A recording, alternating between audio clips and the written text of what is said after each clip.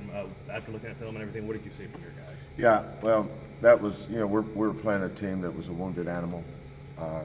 You knew they were going to come in here and they played our hearts out.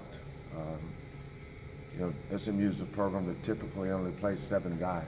So, you know, the 7 guys that they played last night, I thought all played hard. But, you know, our performance the last 7 minutes of that game, they scored to go up 57-50. From that point on, I just thought our spacing, our ball movement, our defense, our help defense, our rebounding, I thought was outstanding. And that was a great way for us to end that game. It's a great win. What was Armani doing to be successful? I think part of his problem in some earlier games, I mean, in South Florida went 0 for 8, and every one was a wide open shot. So, you know, some night shooters are going to miss shots. But I just thought that the big thing with him last night was almost every one of his bats, especially in the first half, all of his baskets came off ball reversal and ball movement with our spacing. And when we do that, you know, whether it's Armani or Corey, they're in West, those 3 guys, you know, you never know what night they're going to jump up and make 5 or 6 threes because they're all capable. You know, last night it was Armani, the next night it may be Corey, or you may have a night like Tulsa where they're all doing it on the same night. Now, very rarely does that ever happen, but I think ball movement and spacing was a big part of that. Kelvin, you hit on it afterwards about culture, and you know, a game like that probably doesn't go in y'all's direction in the past, just as you build that. But how important is that, or what is that in terms of the culture and how that translates to, you know, maybe tight games down on the stretch that you pull out? Well, it wouldn't have went that way in the past because we had no depth and we have better players now too. Don't discount that. You can have great culture and never win a game if you don't have good enough players. You know, I just think culture is how your program behaves. You know, I've had mothers ask me over the years if I could talk to their son about their attitude, and I always thought that attitude is a reflection of your thoughts, number one, and you can't change attitude until you change somebody's behavior. You know, and I think culture starts with how you behave. Going to class. Last semester, every one of our kids passed over. We had an average pass of 14.38 hours per kid for the semester. That's culture. Being on time is culture. Coming to practice with the right attitude and doing what's demanded of you. And then I've always thought that player-coach teams are more important than coach-coach teams. You know, from a strategic standpoint, from schemes, timeouts, putting them in this and that. Okay, that's cool, but more importantly, it's the accountability.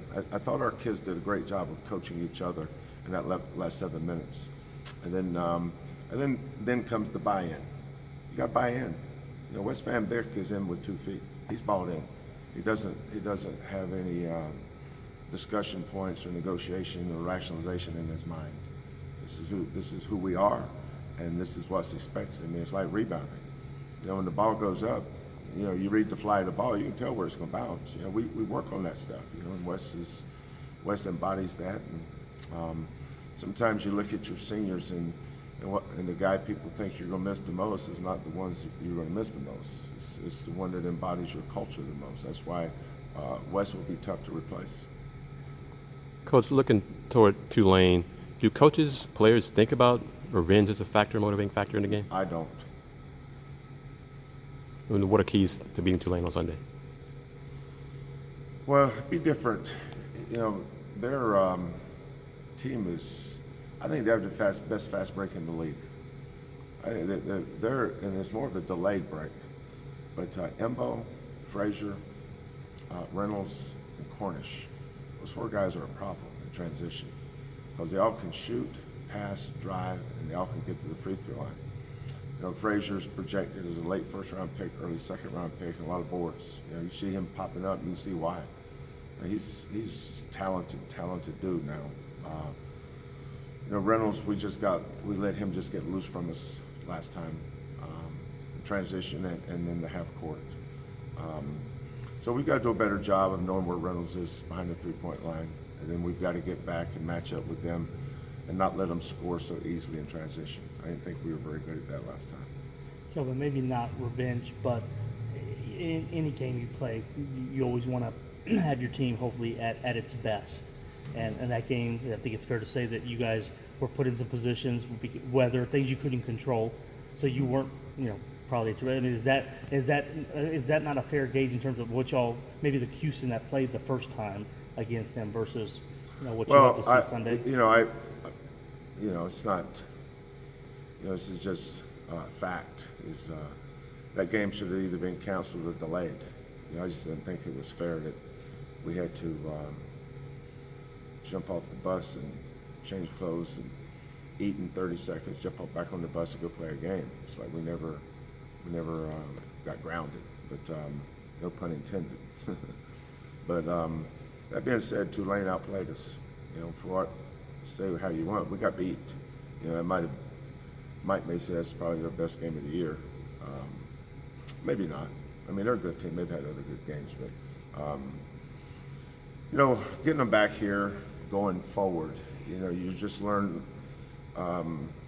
Chris asked a good question about revenge. For me, it's not. Players, you'd have to ask them, but I know that we have 4 home games left. And that's a lot bigger story in my mind. Being ready to play, the problems that Tulane presents, being able to prepare for those problems and get our team ready to play is more important than wasting time talking about revenge to me. Anything else? Sorry. When you look at last night, the way they were doing things, and it takes away some of the guys that you would normally use, Fabian, but your bench is such now that you've built the depth where you have a Wes who can come in and hit a big shot or defense, or Armani. Is it just over how things have, I guess, developed over the years? What they did to us was exactly the same thing we did at Connecticut last year in Hartford when we beat them. I played Galen, Wes, Armani, and Dot. We just played small. When you play small, the other team has to decide how you want to guard us. Are you going to guard us with, what's the 7-foot kid's name that Connecticut had last year? Started with an A. Brema? Yeah, Brema. Ahmed Brema. So they've got Brema, and then they've got another 6'10" kid in there. So one of them's got to go to the 3-point line and guard Dot. Okay? You have to do what we did last night. We can't play Breon and Devin together. And the reason we didn't do that because we don't have to, because I have depth at guard now. So we won a lot of games doing what SMU did last night, playing small. And a lot of times we play Rob, Armani, Wes, and Dot. We play Galen, Wes, Armani, and Dot. But that small lineup buoyed us for a long time, and a lot of it was because that was our best lineup. Now against certain teams, that lineup hurt us because of athleticism. We're not athletic enough up front to hurt them with a big lineup. Like last year, Memphis was a difficult matchup for a small lineup because of the Lawson brothers and Rivers. We couldn't keep them off the offensive glass. But, I knew exactly what they were going to do. I knew how to do it. I knew I was going to have to take our bigs out. Now, they had some kids. The one kid, Douglas, really played well. And Landrum. Those were the keys. Once we adjusted our defense and got settled in, I thought we did a good job on McMurray the second half, but they did a good job of going back to a goo. And so we're trying to guard him one-on-one, and then all of a sudden we had to make an adjustment. So we just sent Wes and sat in his lap, and in the last 7 minutes, they scored a free throw. So I thought our defense was really good. It was a chess match there for a while, but we made the plays down the stretch. And that's why it was a great win. There's nothing. They have good players. I mean, Melagoo, Witt, and McMurray, those 3 guys, pretty good.